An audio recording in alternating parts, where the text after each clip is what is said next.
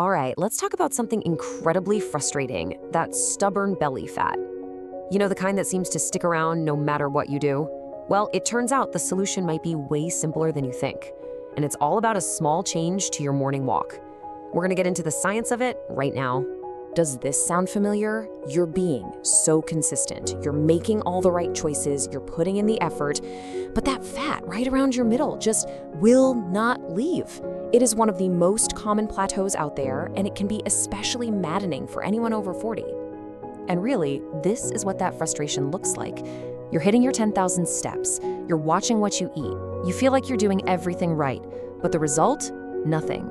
The scale's stuck, the waistline isn't changing, it really feels like you're missing some secret piece of the puzzle. So what on earth is it?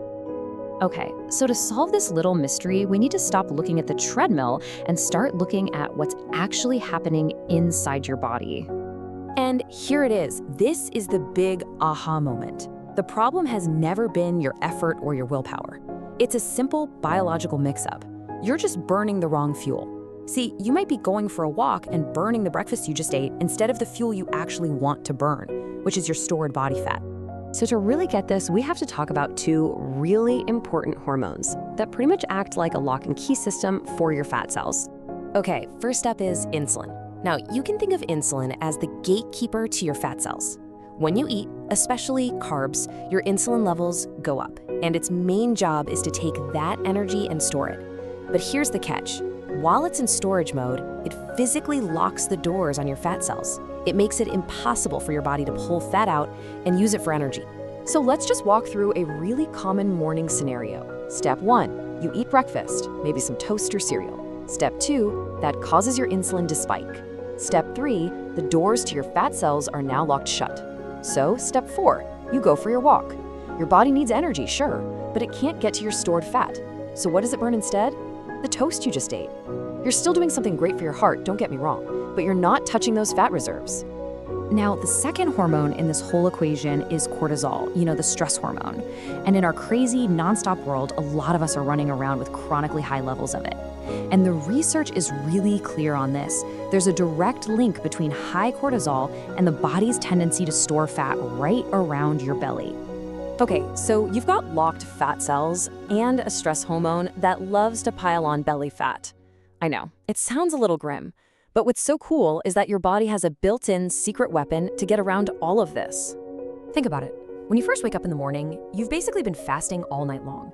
The easy-to-access fuel from last night's dinner is pretty much gone. So if you go for a walk in that exact state, your body starts looking for fuel, it sees the easy stuff is gone, and it's forced to switch over and tap into its big reserve fuel source.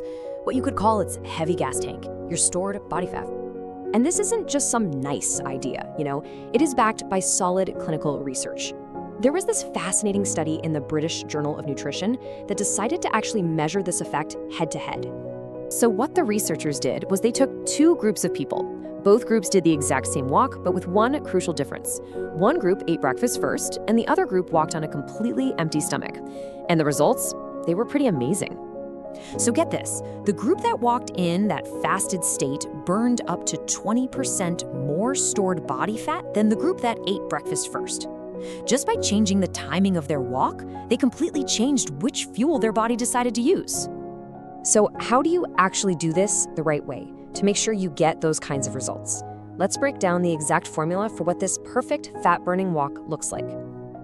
First off, duration really matters. A quick 10-minute walk around the block is nice, but it's just not quite enough to flip this switch. It takes your body about 15 minutes to really make that full transition into a fat-burning rhythm. So the sweet spot, where you're really maximizing the effect, is somewhere between 30 and 45 minutes. And what about how fast you should go? Well, you're not trying to sprint here. In fact, a really intense workout on an empty stomach can actually spike that stress hormone cortisol, which is exactly what we don't want. The goal is just a brisk, steady pace. Like you're walking to an appointment and you're maybe 5 minutes late. You should be able to hold a conversation without gasping for air. That keeps you right in that perfect fat-burning zone. So what can you have before you head out the door? It could not be simpler. Plain water is a must. You gotta stay hydrated. Plain black coffee or plain green tea, also totally fine. But the absolute golden rule is 0 calories. That means no sugar, no artificial sweeteners, and definitely no creamers. And that brings us to the single biggest mistake that people make, one that can completely cancel out the entire fat-burning effect before you even tie your shoes. And this is the question everybody asks, right? Come on, can a tiny little splash of creamer in my coffee, or just one bite of a banana, can that really make a difference? Yes, metabolically, it changes everything.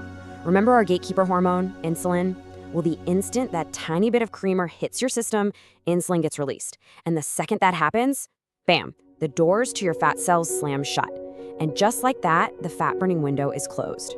Now, of course, one walk isn't going to magically change everything overnight. The real power here, the real magic, is in the compounding effect.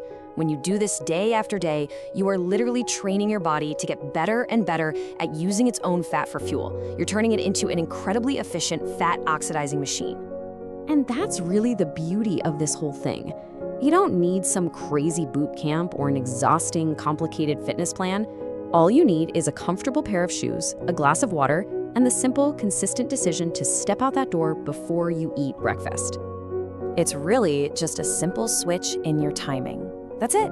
A switch that works with your body's natural biology instead of against it.